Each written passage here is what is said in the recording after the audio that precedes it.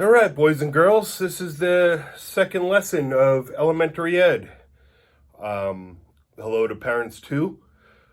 Like the last one, this is good for grades 2 through, let's call it all the way through high school, because I'm not a parent, not a teacher. I don't know what kids are learning. From what I witness on social media, they're not learning enough history, so I'm going to say this is good through all the way through your senior year of high school and college. Today's topic is going to be the Cuban Missile Crisis, and I want to keep all of these lessons relevant, like we did Prohibition on St. Patrick's Day. Not that there's a correlation between alcohol and St. Patrick's Day, but there is. The Cuban Missile Crisis is a lesson in presidential leadership, and it's not the only one.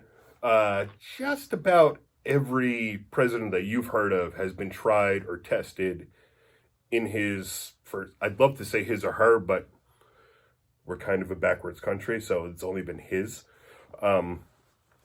Every president that you've heard of has been tried in some way, be it first term, second term, or, in their post-presidency. The Cuban Missile Crisis is probably the best example I could think of an instantaneous testing of a president. And it's not that the crisis began immediately in the administration, but its preceding events sure as heck did. Now, little quick background.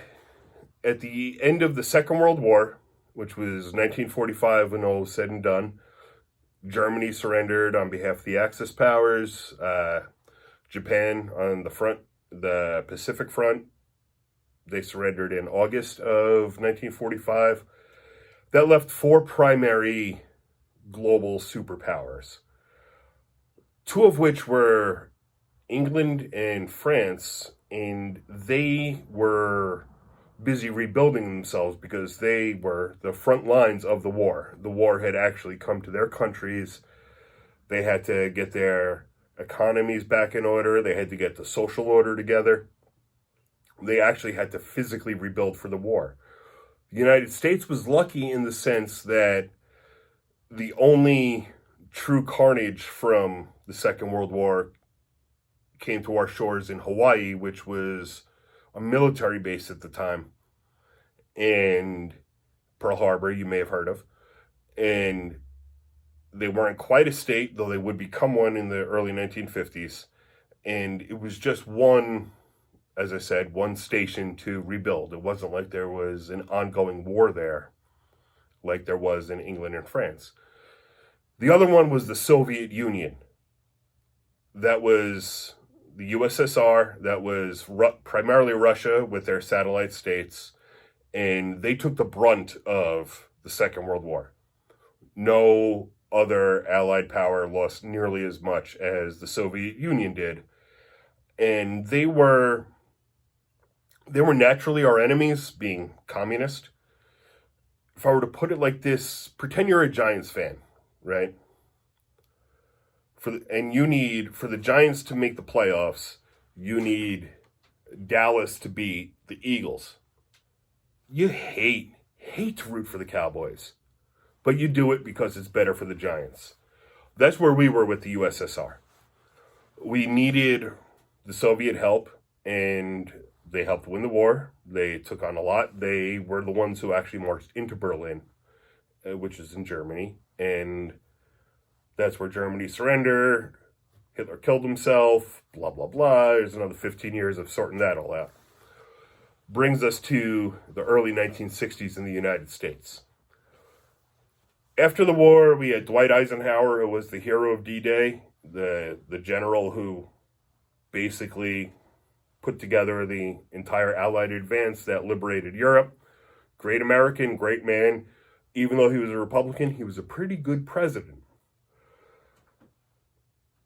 But he was term limited. He had to get out of there after 8 years, and then we had this big election. His vice president, Richard Nixon, against this young World War II veteran named John Kennedy. And Kennedy was a vibrant Irish Catholic by all accounts, attractive young man, and he eked out the election. He won. And he was saddled with this thing called the Bay of Pigs experiment by the Pentagon. Now, because of the war, the USSR was also a superpower. They wanted an influence in our neck of the woods, just like we had many over in theirs. America had allies bordering up against the Soviet Union, be it in Scandinavia, Western Europe, Central Europe, Italy, Greece, Turkey. So, there we are. You have the communist Soviet Union, the capitalist United States of America. We're doing our thing, but tensions are high. There was a lot of, saber rattling in the Eisenhower years, which is to be expected. You see that now. But then comes the Bay of Pigs. They see in 1960, a man named Fidel Castro led a communist revolution on the island of Cuba. What was that revolution about? Cuba was primarily run by American capitalists and slave drivers who stripped the resources of the island and turned it into, a paradise for gamblers, organized crime, and other seedy, unseemly entities that were keeping the Cuban people in poverty. So, that's kind of a perfect way for communism to come around. That happened. So, we started this thing called the Bay of Pigs invasion. Now, that was a couple of dissidents who left Cuba. Our Pentagon and our CIA trained them, and we were going to have them be the first wave of an invasion on the southwest shore of Cuba to kick Castro out, kill him, and return Cuba to who we thought were the rightful owners. Organized crime, capitalists, and the other bad dudes. That failed miserably. If you remember the 1992 Mets, when they kind of went in the toilet and they tried to spend on Bobby Bonilla, Vince Coleman, Brett Saberhagen, and they thought that would be the answer by, just bringing in all these new guys. Nope. That was the Bay of Pigs. That was the baseball equivalent of the Bay of Pigs. The Bay of Pigs blew up in our faces. We gave no air support. The launch was a complete disaster. Everybody was captured and or killed. And now the cat was out of the bag that, the U.S. wants to overthrow Cuba and Castro. Problem is, Castro was good buddies with Khrushchev, who was running the Soviet Union at the time after the death of Joseph Stalin. Brings us to 1962 and what would become the Cuban Missile Crisis. Now, you could talk to your grandparents about this one. I remember my mother, who didn't even live in America at the time, asking her about it, and she said she was praying the rosary every night, thought the whole world was going to blow up with nuclear war. And that went on for about 13 days. What had happened was, in October of 62, our U-2 surveillance planes saw that there were missile silos and ballistic missiles going up in Havana, which is only 90 miles away from Florida, and Miami in particular. But these intercontinental ballistic missiles could reach as far as Charlotte, Atlanta, Washington, possibly even New York, and they were nuclear warheads. It kind of hit the fan. You have John Kennedy over here, a young, energetic president, veteran of the war. Nikita Khrushchev over in the Soviet Union, an old guard communist.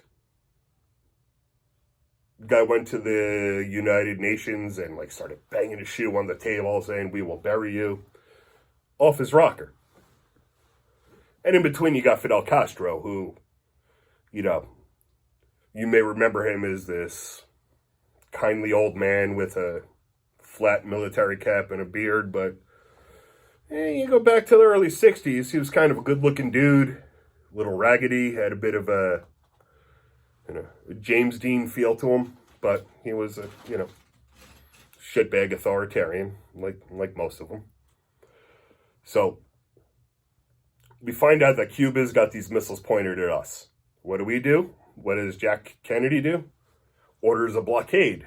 Now that's when you take your boats, your Navy boats. Nobody really has good boat fights anymore, but back in the day, and Kennedy was a Navy veteran, took the boats and he blocked off Cuba, blocked off the whole Gulf of Mexico, would not let any Soviet missiles enter. Because remember, this is before Amazon. It's not like, Russia could have just said, hey, we're going to prime you a bunch of nukes in 2 days. They had to go by boat because it's very, very dangerous material. So the blockade starts on the 22nd of October, 1962. For 13 days, the whole world thought that World War III was coming, that there was going to be a nuclear cloud over Washington and instantaneously one over Moscow, because what kept us surviving through the Cold War, the battle between the U.S. and the Soviet Union, was this theory of mutually assured destruction. If they fire a nuke at us, we can launch one at them before theirs hits us. So nobody really wins there. It's like, yay, we launched one at Washington, but Washington's like, oh, screw you, there's one already going to Moscow. But it was tense because of the proximity. We also had some of these interballistic missiles in Italy. We still disagree on that, but definitely in Turkey, that could have struck Moscow as quick as the one in Havana could have hit Washington. How do we get out of it? Diplomacy. Frickin' diplomacy. Spell that out, boys and girls. Diplomacy. We had back channels where John Kennedy's brother, Robert, spoke to his counterpart with the Soviet Union in the basement of the embassy in Washington, D.C. We got together and realized this is freaking stupid. And that's what we call leadership. It doesn't always have to be a competition. It doesn't always have to be a win. The result of that was the Russians turned their ships away, brought the missiles back to Europe. The U.S. not only dismantled their missiles in Turkey, but signed an agreement that they would not attempt to invade Cuba again. Estimates are something like 200 million lives were saved because you had reasonable diplomacy. You didn't have Jack Kennedy up there calling things the Russian virus or saying America first or anything stupid like that. And this was the height of the Cold War, which didn't end until 1989 when the Berlin Wall fell. Because of the smart, measured diplomacy of Jack Kennedy and of Khrushchev and his people. So the lesson here, boys and girls, you can talk tough, you can act tough, you can tweet tough. When lives are on the line, when it's about who lives and who dies, you want to resort to diplomacy. And that's your word of the day. Now, based off suggestions, there should be assignments on these lectures. So, I would like you at home to write 3 paragraphs on the importance of diplomacy and how you would use diplomacy in your life. And I will be back very shortly, within the next couple of days, to discuss a myriad of topics. We've got a lot percolating right now. I think we're going to get through this. So, thank you for watching. Thank you for listening. Read up on the Cuban Missile Crisis. There's a couple of podcasts I recommend. A lot of great books written about it. And I'm open to all suggestions about future lectures. But do your homework. write that paper on diplomacy, and I will talk to you soon.